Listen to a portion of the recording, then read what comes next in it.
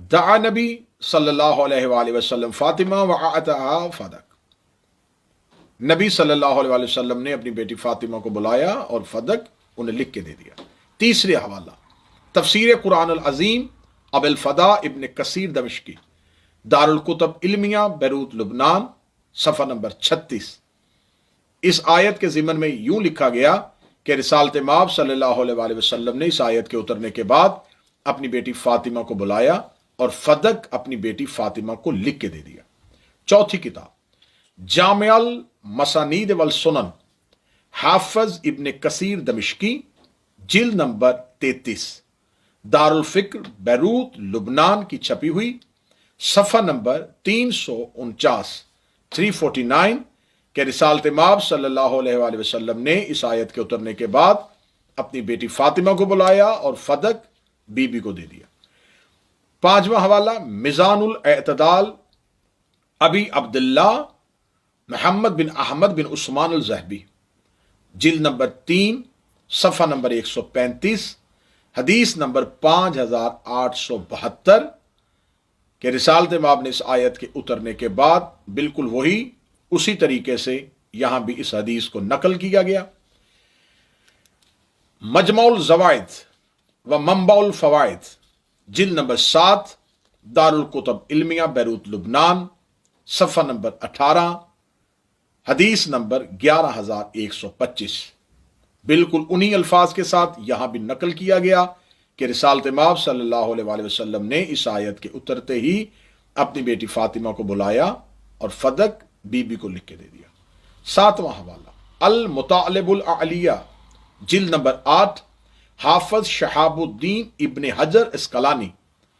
اہل سنت برادران کے مشہور مفسر و مؤرخ، صفحہ نمبر 280، مطبوعہ بیروت، حدیث نمبر 3717 کہ جناب سیدہ کو رسالت مآب نے بحکم خدا فدق دیا۔ حوالہ نمبر 8 لباب النقول، مشہور عالم دین اہل سنت کے جلال الدین سیوطی، دارالکتاب العربی، صفحہ نمبر 146، حدیث نمبر 639 کہ رسالت مآب نے بحکم خدا، جو وحی الہی کا ترجمان رسول ہے، اس نے اللہ کے حکم کے ساتھ یہ جگیر اپنی بیٹی فاطمہ کو دی۔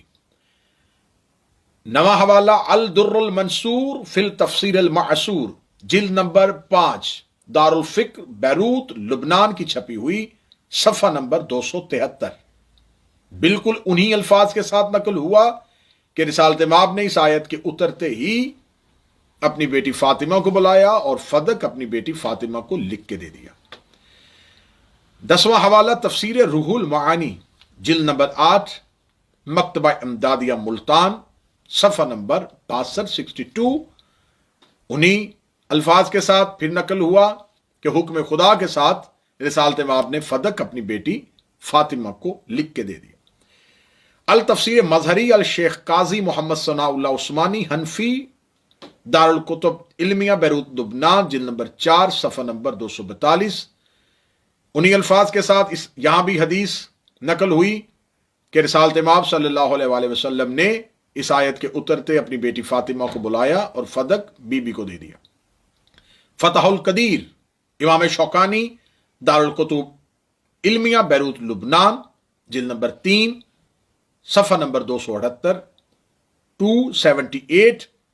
اس میں لکھا کہ رسالت مآب نے اس آیت کے بعد اپنی بیٹی فاطمہ کو بلایا، فدق بی بی کو دیا۔ 13واں حوالہ جامع اسباب النزول، صفحہ نمبر 205، حدیث نمبر 26، اسی طریقے سے یہاں بھی حدیث نقل ہوئی کہ رسالت مآب نے اس آیت کے اترتے ہی جب یہ آیت نازل ہوئی اپنی بیٹی فاطمہ کو بلایا اور فدق بی بی کو دے دیا۔ 14واں اور آخری حوالہ مواہب الرحمان، مکتبہ الرحمانیہ، جلد نمبر 5، صفحہ نمبر 81 نمبر صفحہ پر علامہ سید امیر علی نے یوں لکھا کہ اس آیت کے اترتے ہی رسالت مآب نے جناب سیدہ صلوات اللہ علیہا کو بلایا اور فدق بی بی کو دے دیا۔ برادران ایمانی، ہم نے آپ کے سامنے فدق کہاں سے چلا، رسالت مآب صلی اللہ علیہ وآلہ وسلم کو اہل سنت کی کتابوں سے کہ خیبر کے یہودیوں نے رسالت مآب کو دیا، اور خدا نے جب قرآن میں آیت بھیجی کہ یہ جو مال فے ہے یہ اللہ اور اس کے رسول کے لیے، خالص اللہ کے لیے، ولرسول اور اس کے رسول کے لیے، ولذی القربا اور ذی القربا کے لیے، کیونکہ یہ جگیر مال فے ہے، تو مال فے میں سے یہ اللہ کی ملکیت ہے، رسول کی ملکیت ہے، اور اس کے بعد ذوی القربا کی ملکیت ہے۔ اس کے بعد یہاں پر یتیم، مساکین اور مسافر، ان کے بارے میں جہاں ذکر ہو رہا ہے تو میں آپ کے گوش گزار یہ ضرور کروں گا کہ جنگ بدر اسلام کی پہلی جنگ سے لے کے اسلام کی آخری جنگ تک مسلمانوں کے ہاں جتنا بھی مال غنیمت آیا وہ رسالت مآب برابر اصحاب میں تقسیم کرتے رہے، حتیٰ کہ یہاں تک بھی کتب میں نقل ہوا کہ جب رسالت مآب کی بارگاہ میں کوئی شخص کوئی چیز لے کے آتا، رسول کو پیش کرتا، تو رسالت مآب اس سے پوچھتے کہ یہ صدقہ ہے یا ہدیہ ہے، ہدیہ ہوتا تو قبول کر لیتے، صدقہ ہوتا تو وہاں پہ بیٹھے ہوئے اصحاب میں تقسیم فرما دیا کرتے تھے۔ اب رسالت مآب صلی اللہ علیہ وآلہ وسلم ایک امت کے نبی، ایک امت کے ہادی تو تھے، لیکن اس کے ساتھ بنی عبد المطلب اور بنی ہاشم، اس تمام کنبہ، اس تمام خاندان کے کفیل بھی تھے، اور اس خاندان کے یتیم، مساکین رسالت مآب کی کفالت سے ہی پلتے تھے۔ تو اس جاگیر سے جو حق رسالت مآب صلی اللہ علیہ وآلہ وسلم کو ملتا تھا، وہ رسالت مآب اپنی ذات پہ نہیں بلکہ بنی ہاشم، بنی عبد المطلب کے یتیموں، مساکین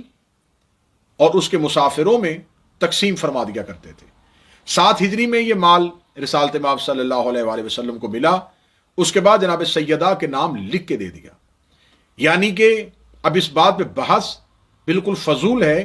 کہ یہ بی بی کی میراث تھی، یہ میراث نہیں، یہ بی بی کی ملکیت تھی، کیونکہ رسالت مآب نے اپنی زندگی میں شہزادی کونین کو لکھ کے دے دیا تھا۔ اب اگر اس میں امت کا حق ہوتا تو جب رسالت مآب نے اس جاگیر کو جناب سیدہ کے حوالے کیا تھا اور ان کی تحویل میں دیا تھا، تو یہاں امت سوال کر سکتی تھی کہ یا رسول اللہ اس میں ہمارا بھی حق ہے۔ امت کا خاموش رہنا، جناب سیدہ کی تحویل میں رہنا، اس بات کی بین دلیل ہے کہ اس دور میں اصحاب پیغمبر اور رہنے والے تمام مسلمانوں نے رسالت مآب کی بحکم پروردگار اس تقسیم کو تسلیم کر لیا تھا۔